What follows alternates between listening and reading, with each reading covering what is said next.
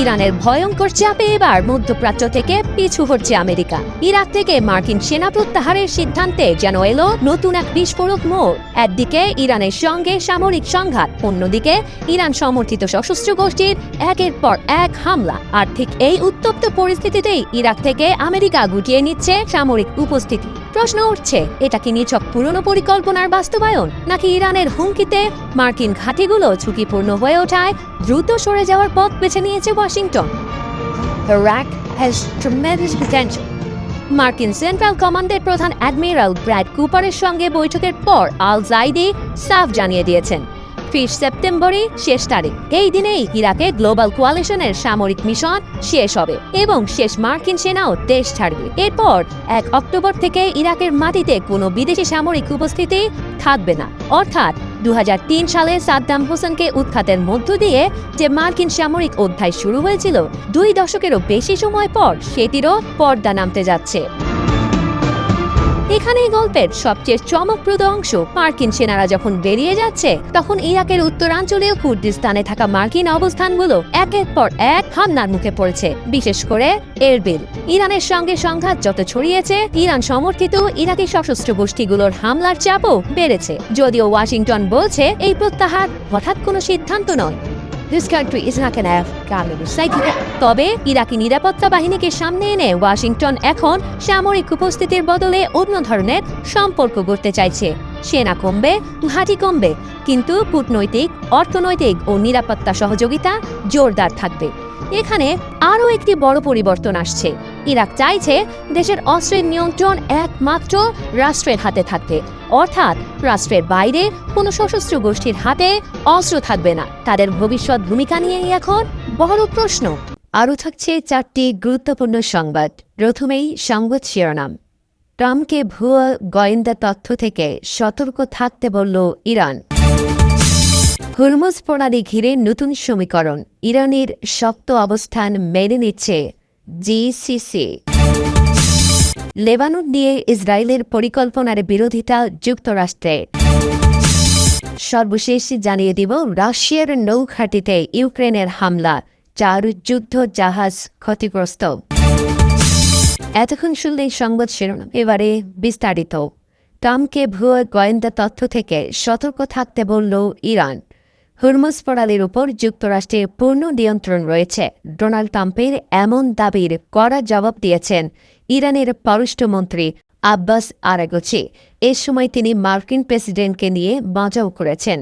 Araghchi সতর্ক করে বলেছেন, গোয়েন্দা তথ্যের ভুলের কারণে যুক্তরাষ্ট্র অতীতে ভুল হিসাব করেছে।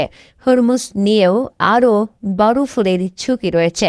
বৃহস্পতিবার 13 আগস্ট এক্সে দেয়া এক পোস্টে আরাগচি লেখেন, গোয়েন্দা ব্যর্থতার কারণে যুক্তরাষ্ট্র দীর্ঘদিন ধরে ভুল হিসাব করে আসছে। এর উদাহরণ ইরানের বিরুদ্ধে যুদ্ধ। এখন হরমুজ প্রণালী নিয়ে আরও 12 ধরনের ভুল হিসাব করা হচ্ছে। এ সময় মজা করে তিনি বলেন, ভুয়া খবরের চেয়েও ভয়ঙ্কর হল ভুয়া গোয়েন্দা তথ্য, সতর্ক থাকুন। পোস্টের শেষে আরাগচি বলেন, পৃথিবীর যে কোনো শক্তির চেয়েও আল্লাহ মহান এবং তারা আল্লাহর উপর ভরসা করেন। এর আগে বুধবার ট্রাম্প তার ট্রুথ সোশ্যাল প্ল্যাটফর্মে দাবি করেন, যুক্তরাষ্ট্রে হরমুজ প্রণালীর উপর পূর্ণ নিয়ন্ত্রণ রয়েছে। আমার মনে হয় আমরা এটি ধরে রাখব। ট্রাম্পের দাবির পরই ইরান তা প্রত্যাখ্যান করে জানায়, হরমুজ প্রণালীর পরিস্থিতি এখনও তেহরানের শর্তের সঙ্গে যুক্ত। একই দিনে ইরানের বাসিস বাহিনীর প্রধান হোসেইন তাইয়ুব বলেন, প্রণালীটি ইরানের নিয়ন্ত্রণ ও ব্যবস্থাপনায় রয়েছে। হরমুজ প্রণালী ঘিরে নতুন সমীকরণ, ইরানের শক্ত অবস্থান মেনে নিচ্ছে জিসিসি। হরমুজ প্রণালী নিয়ে নতুন করে কূটনৈতিক টানাপোড়েনের মধ্যে নিজেদের অবস্থান আরও শক্ত করছে ইরান।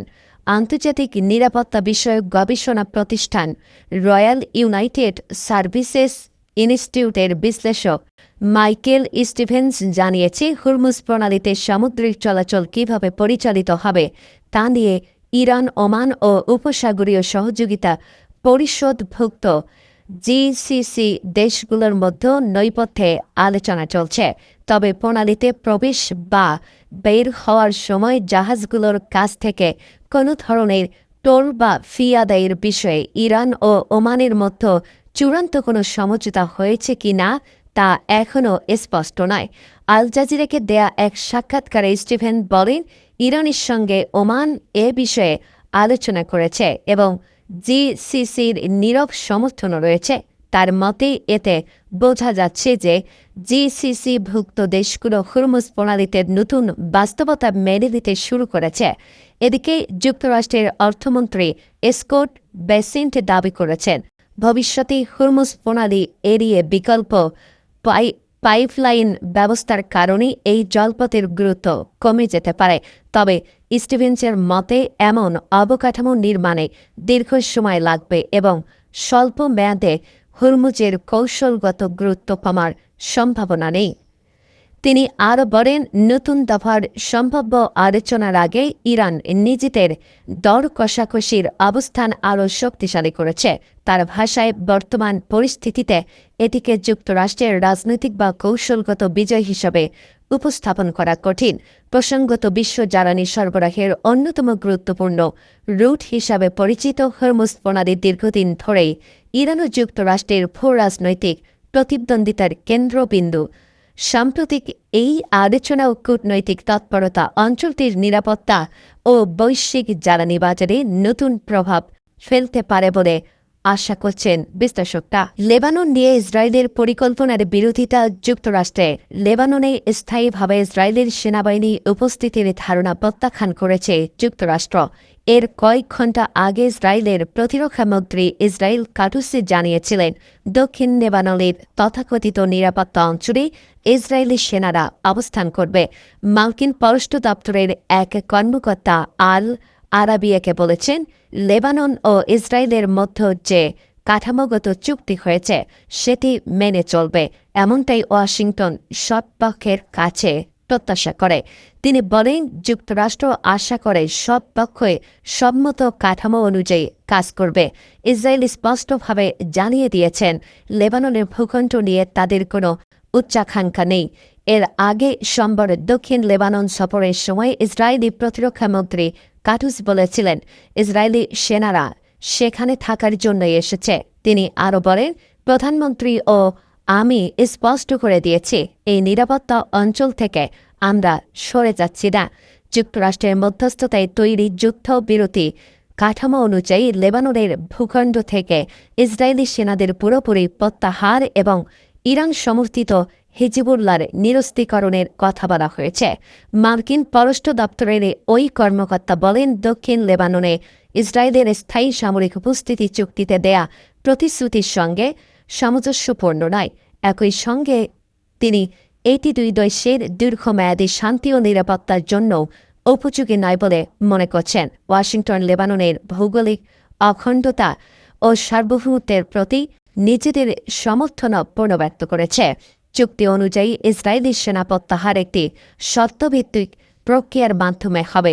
এর মধ্যে ইসরায়েলি সেনাদের ধাপে ধাপে পুনর্বিন্যাস এবং হিজবুল্লাহর অস্ত্র সামরিক অবকাঠামো ধ্বংসের বিষয়টি যাচাই করা অন্তর্ভুক্ত।